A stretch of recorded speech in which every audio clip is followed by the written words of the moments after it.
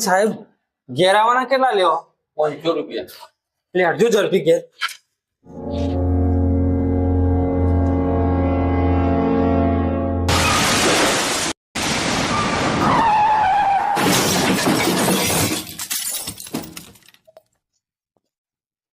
તો હો પેશન્ટ તો કોઈ નહીં સાહેબ.